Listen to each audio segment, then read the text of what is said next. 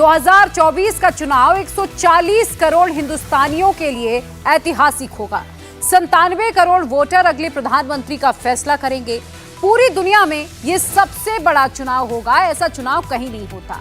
अगला 2029 का चुनाव होगा, जब बहुत संभावना है कि देश में वन नेशन वन इलेक्शन लागू हो चुका होगा। इसीलिए अप्रैल और मई का महीना चुनाव वाला होगा।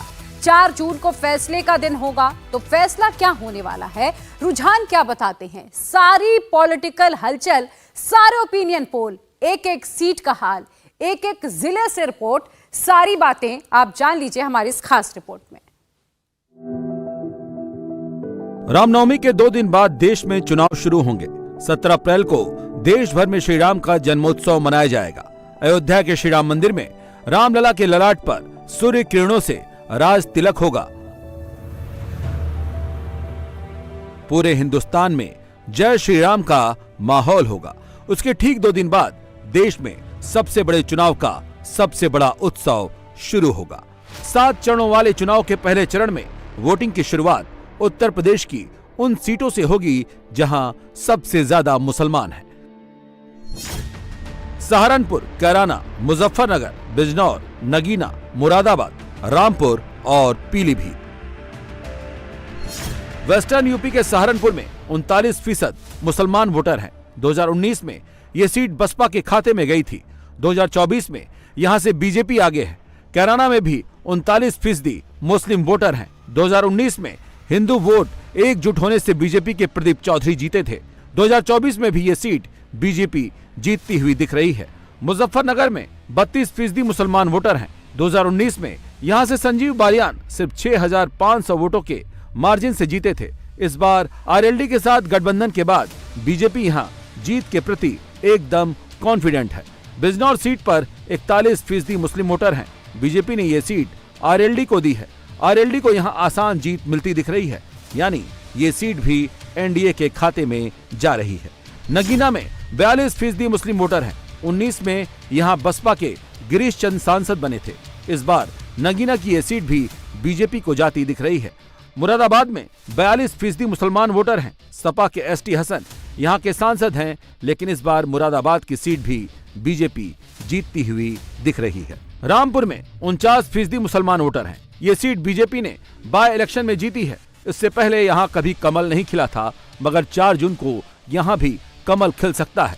पीलीभीत में मुसलमान 30% से कम हैं, फिर भी मुसलमान यहां का सबसे बड़ा वोट बैंक है। 2024 में ये सीट भी बीजेपी जीत सकती है।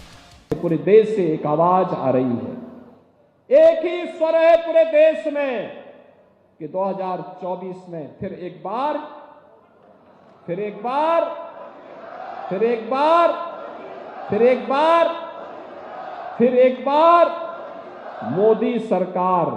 मोदी सरकार पूरे देश के अंदर एक ही आवाज है। आप इस स्वर के साथ सहमत हैं ना? सभी लोग सहमत हैं। मिर्जापुर के लोग भी सहमत हैं। फर्स्ट फेज में ही बिहार की 4 सीटों पर वोटिंग होगी। औरंगाबाद, गया, नवादा और जमुई। बिहार की इन 4 सीटों में से केवल एक सीट यानी नवादा को छोड़कर बाकी 3 सीटों पर एनडीए की जीत तय दिख रही है। फर्स्ट फेज में ही नॉर्थ ईस्ट में भी वोट पड़ेंगे। असम की 5 सीट, अरुणाचल की 2 सीट, मणिपुर की 2, मेघालय की 2, मिजोरम, नागालैंड और सिक्किम की 1-1 सीट पर वोट पड़ेंगे। राजस्थान की 12 सीट, उत्तराखंड की 5 सीट, मध्य प्रदेश की 6 सीट। रिसेंट ट्रेंड बताते हैं कि इन सभी सीटों पर कमल ही खिलने वाला है। नरेंद्र मोदी इन दिनों सबसे ज्यादा ध्यान साउथ पर दे रहे हैं। साउथ में तमिलनाडु की 39 सीटों पर सबसे पहले मतदान होगा।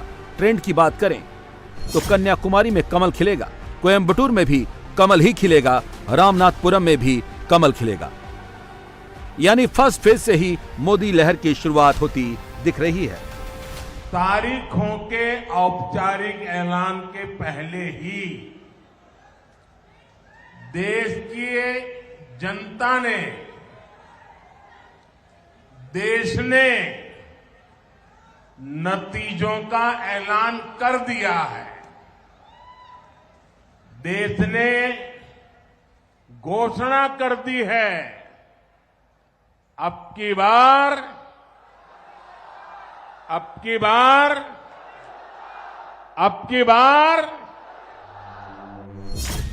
4 जून मंगलवार क्या एनडीए करेगा 400 पार? क्या 4 जून को बीजेपी 370 से आगे निकल जाएगी? क्या 4 जून को कांग्रेस 40 से नीचे चली जाएगी? नरेंद्र मोदी कॉन्फिडेंट हैं, वो बार बार दोहरा रहे हैं। मोदी पब्लिकली अनाउंस कर रहे हैं कि अब की बार एनडीए 400 पार और बीजेपी 370 पार।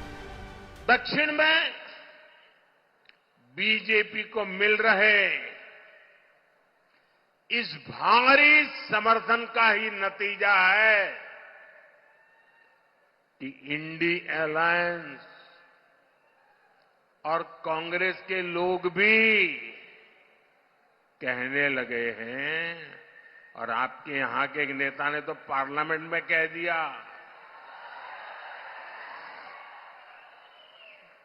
हमारे विरोधी कह रहे हैं अब की बार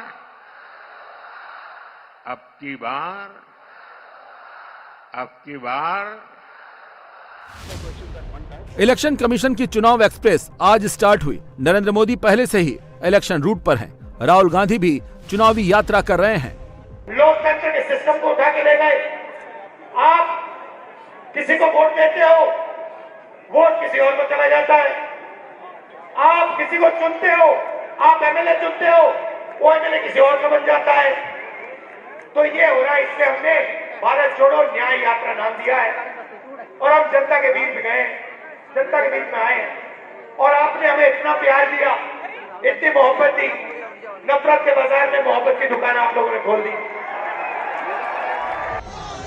प्रधानमंत्री Narendra Modi south to north चल रहे हैं। मोदी ने कमजोर रीजन से स्टार्ट किया है और बहुत ही तेजी के साथ स्ट्रांग होते जा रहे हैं। नरेंद्र मोदी की पार्टी का इंटरनल असेसमेंट है कि 320 सीटों तक पार्टी पहुंच चुकी है। अगले 70 दिनों में उसे 50 सीटें और ऐड करनी है। Rahul Gandhi east to west चल रहे हैं। राहुल की यात्रा खत्म हुई और चुनाव शुरू हो गए। चुनाव आयोग ने इलेक्शन का जो शेड्यूल निकाला है उसके मुताबिक पहले चरण में 19 अप्रैल को 102 सीटों पर वोट पड़ेंगे। दूसरे चरण में 26 अप्रैल को 89 सीटों पर मतदान होगा। तीसरे चरण में 7 मई को 94 सीटों पर वोटिंग होगी। चौथा चरण 13 मई को होगा जिसमें 96 सीटों पर वोट पड़ेंगे। पांचवा चरण 20 मई को 49 सीटों पर मतदान के साथ खत्म होगा। छठा चरण 25 मई को होगा जिसमें 57 सीटों पर वोटिंग होगी। सातवां चरण 1 जून को 57 सीटों पर मतदान होगा। मतदान के 7 चरण पूरा हो जाने के बाद वोटों की गिनती 4 जून को होगी। भारतीय जनता पार्टी का कार्यकर्ता हर दिन हर समय तैयारी में ही रहता है और हम लोगों को पढ़ाया जाता है चेहरे बत्ती चेहरे बत्ती चेहरे बत्ती। तो कार्यकर्ता 24 घंटा 360 दिन इसके लिए तैयार रहता है। क्या अहम मुद्दे लेकर आप लोग इस बार जाइएगा सर? मुद्दा तो केवल मोदी जी का मुद्दा है, विकास विकास विकास विकास, सबका साथ सबका विकास सबका प्रयास, ये मेरा है।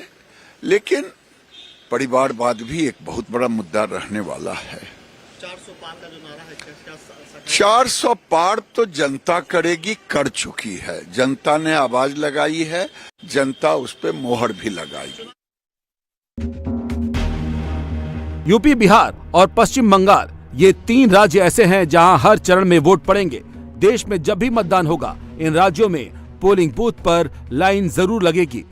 लोकतंत्र में पूरा भरोसा भारतीय जनता पार्टी का, हम स्वागत करते हैं। पिछले बार भी 7 चरणों में चुनाव हुए थे, इस बार भी जनता के बीच में जाकर जनता के लिए जो मोदी जी ने काम किया है, नीतीश कुमार जी ने काम किया, उसके एवज में वोट मांगने का काम करूंगा। पूर्ण रूप से बिहार में 40 की 40 सीट जीते और सब साथ में आ गए।